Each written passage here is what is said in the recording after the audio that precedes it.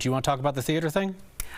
Sure. So, Kyle, I certainly have owned up to my night out in Denver. Did you apologize for the behavior that went on with you and your date and the vaping, Kyle, or did you apologize for lying to voters about what you did that night and the disrespect that you showed to service workers that night? What specifically were you apologizing for? Yeah! They squabbling out in there! Yeah!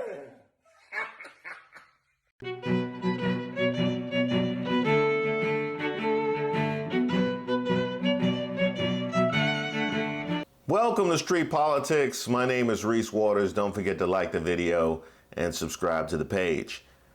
It's been quite a year for Lauren Boebert. There was this.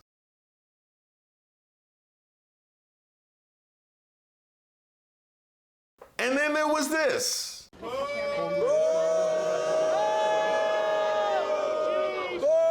And then there was this.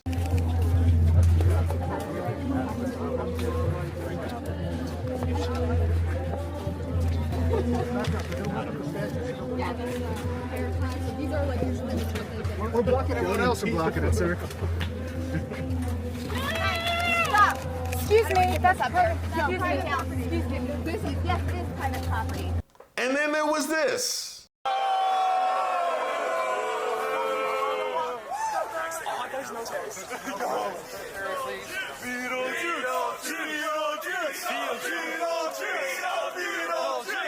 And then there was this. And I want all of the news to start asking the question, what is the crime? Because everyone in this court has not been informed. It's hard to tell what the bottom was. Was it this? So every so often, Mr. Garcia, maybe you could just lift up that picture of our President Trump sleeping. As you say, I think he's praying.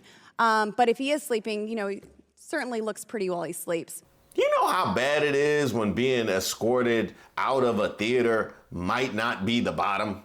I mean, being abandoned at the podium, strangers chanting Beetlejuice might not be the bottom. It would be like if you told me a couple years ago that Antonio Brown just leaving the field against the Jets wouldn't be the bottom. Or if you told me a few years later him being arrested at home and that video popping out might not be the bottom, or that incident with the pool might not be the bottom. I don't know that today we are at the bottom. Are they?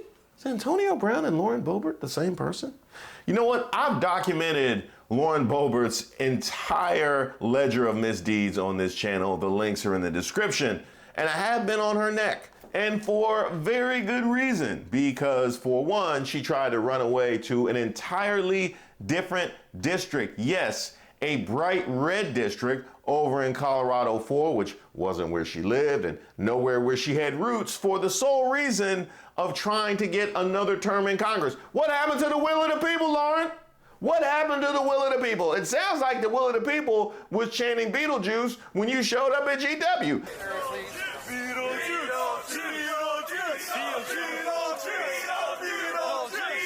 That sounds like the will of the people. But if she gets that second term, she becomes eligible for a lifetime congressional pension. Yes, paid for by you and me. That's right, somebody with a whole family mugshot album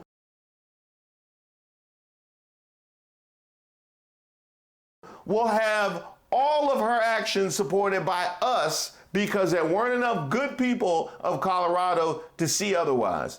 Either that or they really, really hate musicals. Yeah, let's stick it to the musicals. Well, those of us that are defending all things legal got some good news this week as the GOP debate of primary contenders went left when she was confronted about the extent to which she embarrassed the Centennial State.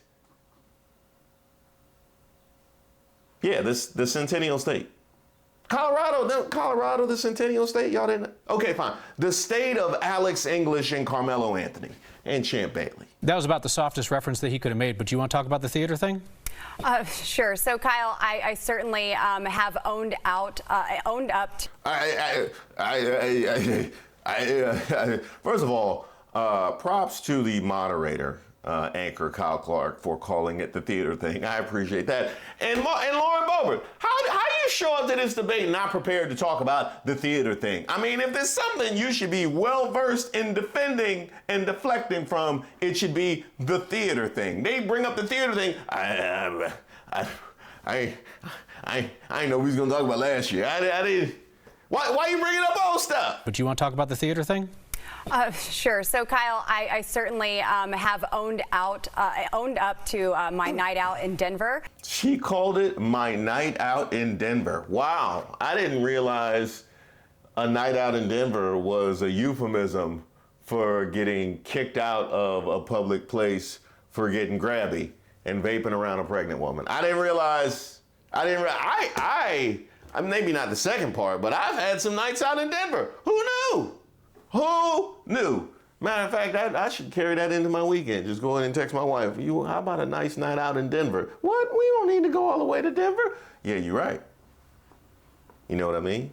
You know what I mean? I certainly have owned up to my night out in Denver, and I've gone on that public apology tour, and I'm grateful for the mercy and grace that has been shown. But I'm not going to continue to live life in shame and be beat up by this. You know, that's where you're wrong, because you probably should. Like, you probably should do that. You know, I think at this point, if I were you, I would be content to live life in shame. But I'm not going to continue to live life in shame and be beat up by this. And, I would like to go back to my legislative record. You would like to go back to your legislative record? You better off talking about your night out in Denver. And, I would like to go back to my legislative record for just a second. We're not going to do that. You had plenty of time to answer the question. You chose not to. That's fine. I just want to make sure. I'll have more time. You have Don't apologized worry. for the theater incident. I certainly have. And I just want to make sure. Did you apologize for the behavior that went on with you and your date or the vaping, Kyle, or did you apologize for lying to voters about what you did that night and the disrespect that you showed to service workers that night? Yeah! They squabbling out in there. Yeah! Yeah! Yeah! They squabbling out there now. They squabbling out there now. Where's my spray? That was sensational. It's not enough to give this little BS apology. I need to know what you are sorry for. That is exactly what we ask of children. You don't just say, I'm sorry. What are you apologizing for? Because if you're just apologizing, I have no reason to think your behavior will change. And clearly, your behavior ain't. Did you apologize for the behavior that went on with you and your date or the vaping, or did you apologize for lying to voters about what you did that night and the disrespect that you showed to service workers that night? What specifically were you apologizing for? I don't believe there was disrespect. There were things that were absolutely taken out of context. Only a MAGA would tell me that something we have video of was taken out of context. Well, a MAGA and Stephen A. Smith, which... I don't believe there was disrespect. There were things that were absolutely taken out of context. There's video of your interactions with service workers. I'm asking, right, are you apologizing for the lying to voters? It's been reported that I flipped someone off, and I did not. So, I mean, I think it's been very mischaracterized. I'm apologizing for you, Kyle Clark, getting footage and releasing that, and people seeing this in a very private moment. Did she call what happened at a theater a very private moment? Oh, so it's private for you, then it gets to be private. Is that what it is? If you just decide that it's private, you can just have a private moment wherever you decide to have a private moment, and we just need to respect your privacy. You probably really do think that, because if you didn't think that, you wouldn't have found yourself in this spot in the first place. I think we found the error of your ways, Lauren Boebert. See, public and private is a decision that we make collectively. That's not a decision you make in your own head. Because when you make it in your own head, the boys will come get you.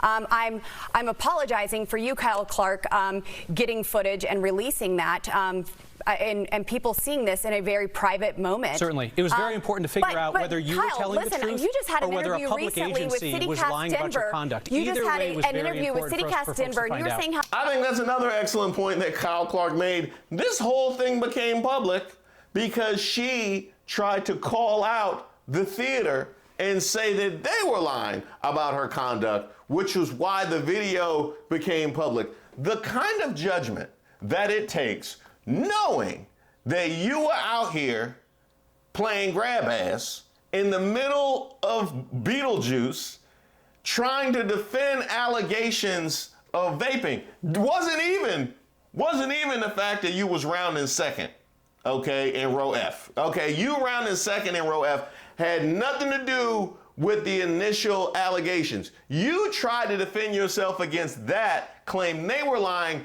when you knew that you had a double going for a triple and they might have video of it. That is the level of judgment that we have on Capitol Hill right now. I gotta give a special shout out to 9 News Denver anchor Kyle Clark.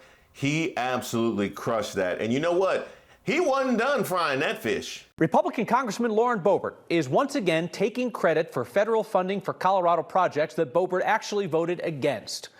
Boebert's office sent out a news release bragging about her role in securing funding for projects like highway safety improvements and water reservoir construction in southern Colorado. Boebert requested that funding through the earmark process, which is when members of Congress add local projects to bigger spending bills. In this case, Boebert's earmarks were part of the government spending bill that passed in early March. Boebert is one of 40 Republicans who obtained earmarks and then voted against the bill. She was out calling it, quote, swamp omnibus bill, and said that it funded Democratic priorities. So you know, he just had to bring it up. Ms. Boebert, you've repeatedly taken credit for projects in Colorado that you asked for funding for, but then you voted against the bill in the end. Bridge over the Roaring Fork River in Glenwood Springs, water treatment plant in Gunnison, I-70 interchange in Grand Junction. You're able to vote no and get the praise for voting no because you know that there are enough other Republicans who are willing to vote for those bills so they'll pass. My question for you is this, and just a short answer, it truly is a yes or no question. If you were the deciding vote, would you still have voted no and killed all of those projects in Colorado that you now take credit for? Yes, and I would have worked for a process. I would have worked for a process to get those over the line, but I worked to get those in, and I have had over 80 initiatives signed into law through the appropriations process. I appreciate the direct answer. Thank you very much. Yeah. Now that is how you moderate a debate. By the way, somehow Lauren Boebert, after running away until this bright red district, finds herself trailing the Democrat in the polls. Mwah! You love to see it. You really love to see it. And I also second those who call for Kyle Clark to moderate more of these, kind of like permanent QB back in the day when we didn't have enough people to play football. That was always fun to be permanent QB. Not that I was permanent QB. They had me. I was permanent bench. Yeah. I was permanent bench. I'm still hurt by it.